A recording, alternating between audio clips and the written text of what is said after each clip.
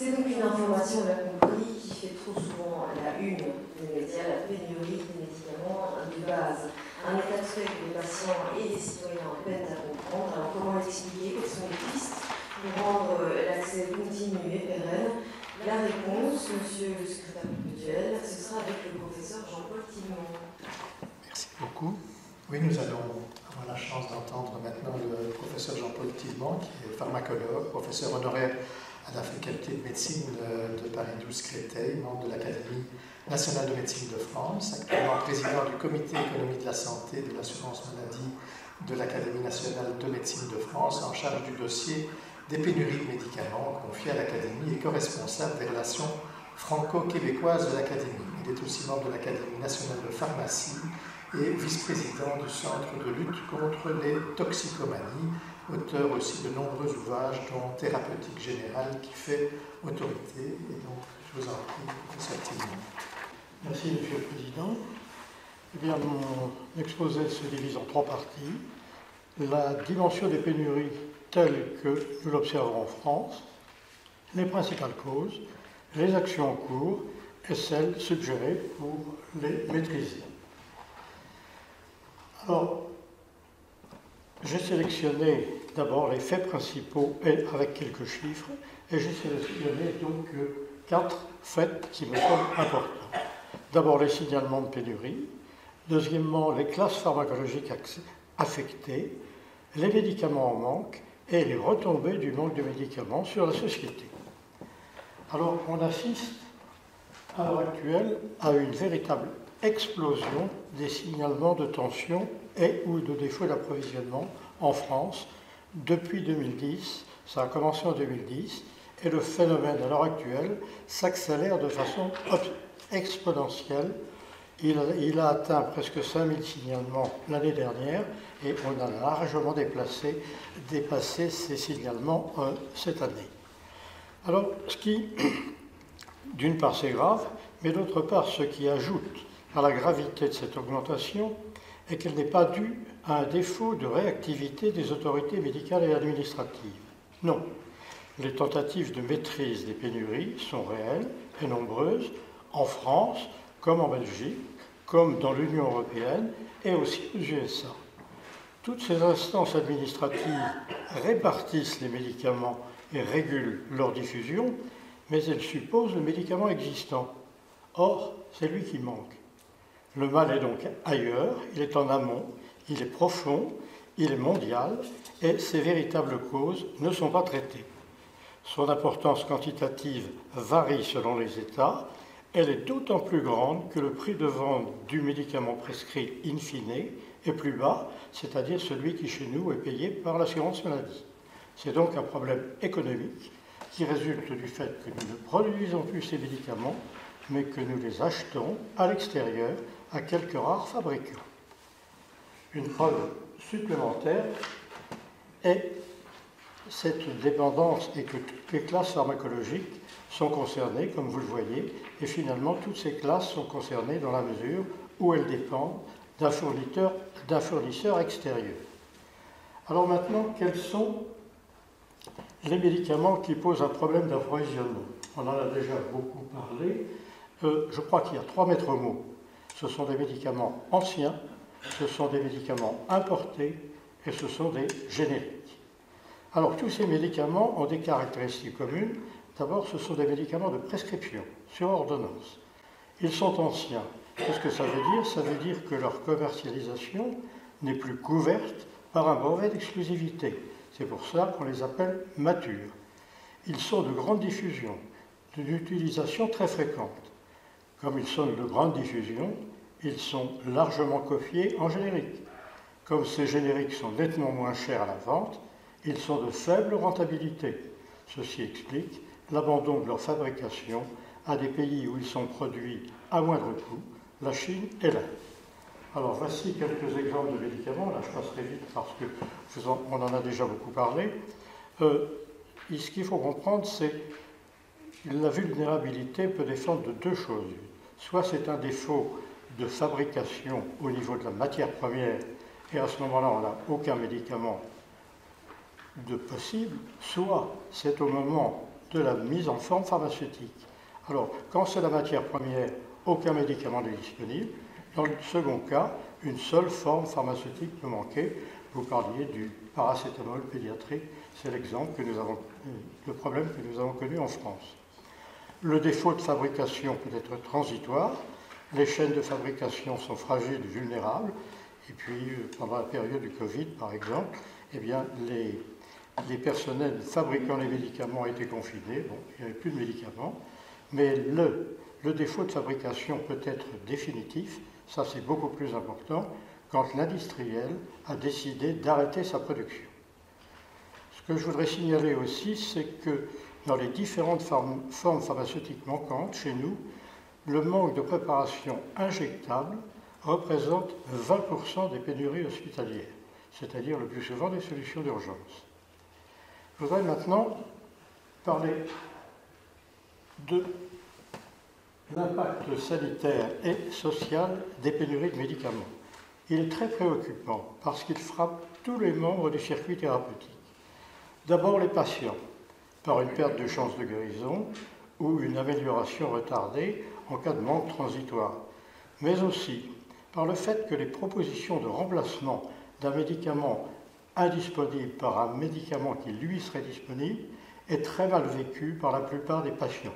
Je me souviens d'un patient qui nous a expliqué que finalement on lui donnait un ersatz et que bon, ce n'était pas ça qu'il attendait. Autrement dit, il y a au moins un doute dans la substitution de médicaments. Puis il y a aussi les patients qui ont peur, c'est-à-dire qui créent des stocks de panique individuels. On en aura plusieurs pharmacies, et ça aggrave aussi les pénuries. Alors, les différentes associations de consommateurs sont d'accord là-dessus.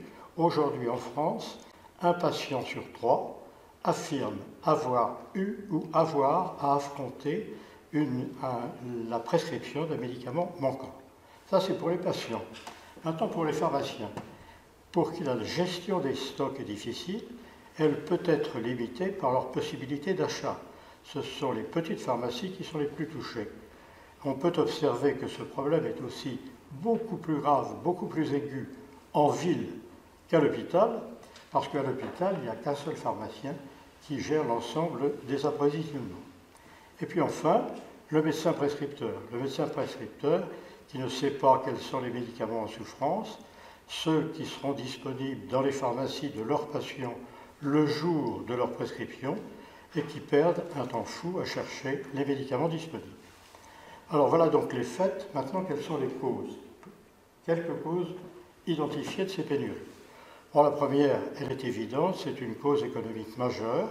Elle limite l'accès aux médicaments importés. Elle a été évoquée. Plus précisément, dans un marché où la demande est forte et l'offre limitée, les prix des fabricants sont étroitement négociés et soumis à la loi du marché. Nos prix d'achat sont limités. Ils ne peuvent pas être supérieurs à ceux qui seront ensuite fournis aux patients, en l'occurrence pris en charge par l'assurance maladie. Ceux-ci sont fixés administrativement, non négociables. Ils sont parmi les plus bas de l'Union européenne. C'est un réel désavantage. À titre anecdotique, mais pour montrer que les conditions de fabrication de nos commettants sont fragiles, vous voyez là un schéma que j'ose dire simplifié de la fabrication d'un médicament. Il faut bien se dire que chacune de ces étapes est soumise à un appel d'offres, c'est-à-dire est fabriquée par des industriels différents et que le tout est assemblé. Et vous voyez bien que quand on voit la complexité de la fabrication d'un médicament, eh bien, on se rend bien compte qu'il est fragile, que l'ensemble est vulnérable et peut être rompu. Je voudrais ajouter à ça la dépendance de sources extérieures d'approvisionnement pose aussi le problème de la pérennité des sources, de leur qualité, ça c'est mon collègue Yves Juillet qui vous en parlera tout à l'heure, et de leur stabilité dans un contexte géopolitique mondial.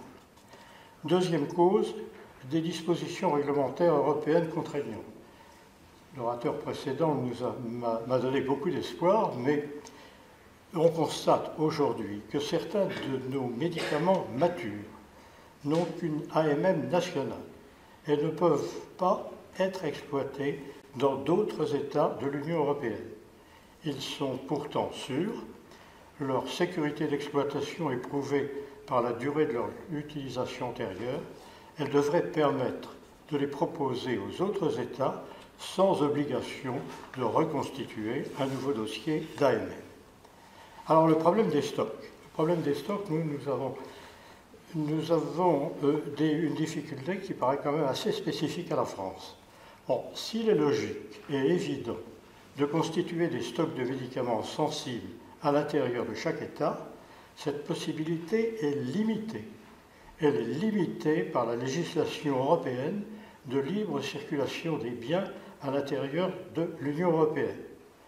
Je dois vous dire que la France a été condamnée à plusieurs reprises pour avoir constitué des stocks trop importants de médicaments qui ont pu priver, en tout cas c'était les attendus, au moins en théorie, d'autres États d'un approvisionnement qui leur était nécessaire. Bon, je crois que la légitimité des décisions françaises ne fait pas de doute. La question devrait trouver une solution européenne. Je suis ravi de voir que vous l'avez évoqué. Une autre cause, ce sont des structures industrielles à retrouver. La délocalisation de nos approvisionnements à l'étranger a entraîné la fermeture de nos usines et la destruction d'une partie importante de notre maillage industriel. La reconstruction porte à la fois sur la fabrication des matières premières et à un degré moindre sur les médicaments proprement dit. Une entreprise ambitieuse de relocalisation de nos industries stratégiques est en cours, mais elle suppose le respect des normes européennes de fabrication, des choix d'implantation et la rentabilité des usines de production. En tout état de cause, les médicaments qui en sortiront coûteront plus cher qu'aujourd'hui. Et il est probable qu'un État ne pourra seul assumer la charge de fabriquer tous les médicaments qui lui sont nécessaires et qu'il faudra la partager avec d'autres États, d'abord à l'intérieur de l'Union européenne et puis peut-être avec d'autres partenaires. Puis je voudrais citer aussi une cause, les mauvaises habitudes de certains patients. De mauvaises habitudes compliquent la gestion des pénuries. Beaucoup de nos compatriotes réclament des prescriptions de médicaments. Et c'est même parfois un critère de bonne qualité d'une consultation. Une ordonnance avec des médicaments écrits dessus. Et paradoxalement, les médicaments fournis ne sont pas complètement utilisés, le traitement étant interrompu prématurément avec les premiers signes de mieux-être. La pharmacie familiale déborde, c'est bien connu. Il en résulte donc des stocks de médicaments non utilisés qui peuvent être dangereux lors d'utilisation non fondée. Ah, pardon, je ne l'ai pas donné.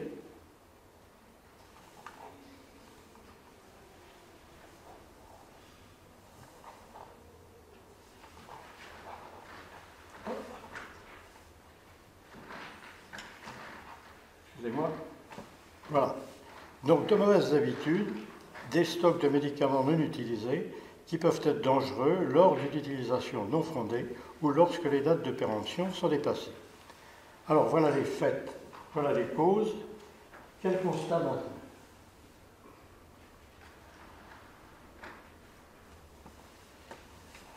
Je crois qu'il est très très clair sur cette diapositive.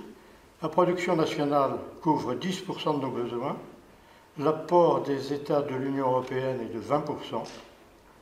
Ben, il manque 70%. Sachant que 80% des médicaments utilisés en Europe sont des génériques, la conclusion est simple, la pénurie frappe surtout presque exclusivement les génériques. Nous devons donc retrouver une indépendance d'accès à ces médicaments, et en particulier aux génériques.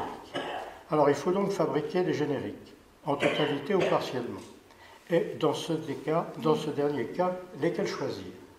La question a alors été de dresser la liste des médicaments indispensables à la couverture sanitaire de nos concitoyens. Ça a déjà été évoqué. Notre liste initiale de médicaments d'intérêt thérapeutique majeur a été fournie par les exploitants des médicaments à l'Agence du médicament. Il y a 6000 médicaments. Bon, il est clair que c'est une liste qui est beaucoup trop longue et qu'on ne peut pas exploiter directement.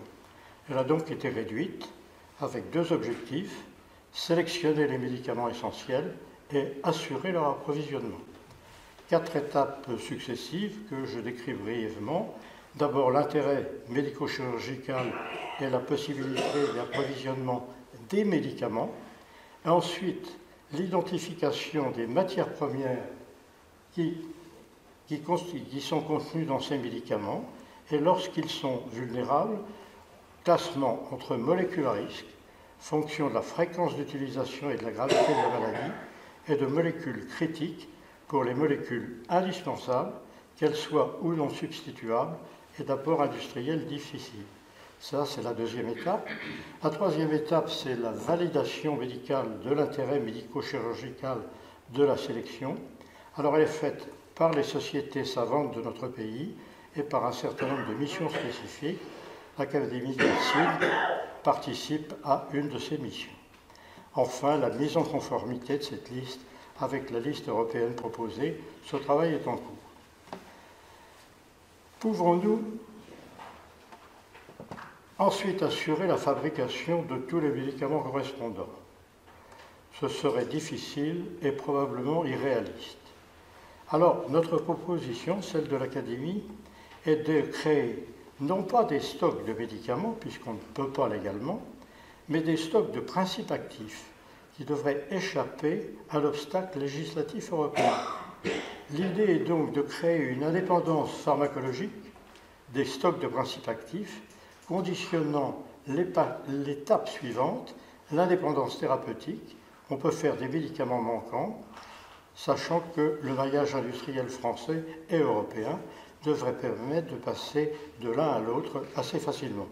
Alors, stocker des molécules plutôt que stocker des médicaments, ça a beaucoup d'avantages. On fabrique à la demande ce qui manque, et pas tout. Ça permet aussi d'avoir un volume de stock limité, une souplesse d'utilisation et, je crois, un moindre coût par rapport à l'achat. En plus, nous avons un certain nombre de structures qui sont capables de faire des médicaments, les pharmacies centrales des hôpitaux, de l'armée, des établissements dédiés qui doivent pouvoir, en cas de besoin, assurer cette mission. Alors, maintenant, allons plus loin. Visons la souveraineté sanitaire. D'abord, c'est un mot à la mode, et c'est d'autre part l'objectif qui nous a été assigné. Quelle dimension de souveraineté peut-on espérer retrouver? Nous sommes trop dépendants des innovations extérieures. La véritable souveraineté ne s'obtiendra que lorsque nous pourrons offrir plus de nouveaux médicaments à la communauté médicale internationale. C'est dire la nécessité de développer une dynamique de recherche de médicaments nouveaux traitant de pathologies non couvertes.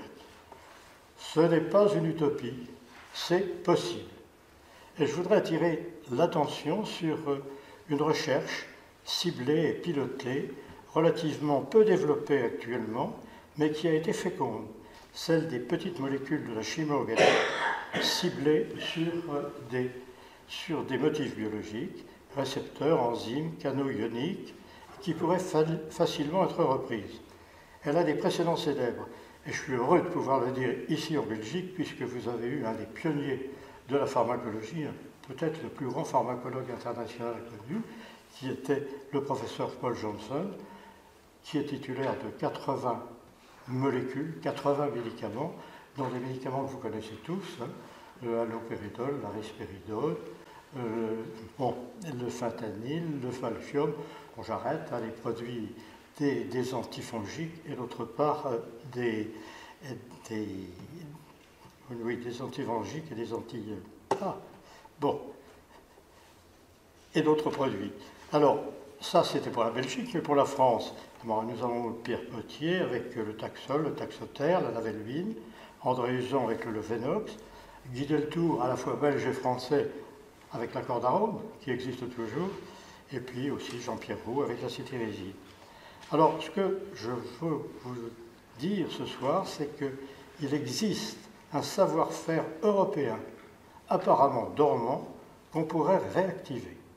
Alors, je sais qu'on accuse la chimie organique d'être polluante, c'est vrai, mais elle l'est de moins en moins avec la chimie dite verte et la simplification des synthèses à l'aide de précurseurs. Elle a aussi l'avantage d'être relativement plus facile que la synthèse de molécules biologiques. Alors finalement et pour conclure, voici quelques propositions pour maîtriser les pénuries de médicaments. Politique européenne commune d'approvisionnement des médicaments, là, je ne fais que répéter ce qui vient d'être dit. Notre ministre vient d'annoncer presque la même chose, il nous a parlé d'une alliance européenne des médicaments. Je pense que c'est ce que vous vouliez dire aussi, enfin c'est la même chose. Ça, je pense qu'on ne peut que souhaiter qu'elle soit très très vite opérationnelle. Une répartition des fabrications entre les membres solidaires de l'Union européenne. Une limitation aussi, et ça c'est important, de la disparité des prix des médicaments à l'intérieur de l'Union européenne. Aujourd'hui, je pense que solidarité et subsidiarité ne sont plus des options, mais une véritable nécessité. Merci.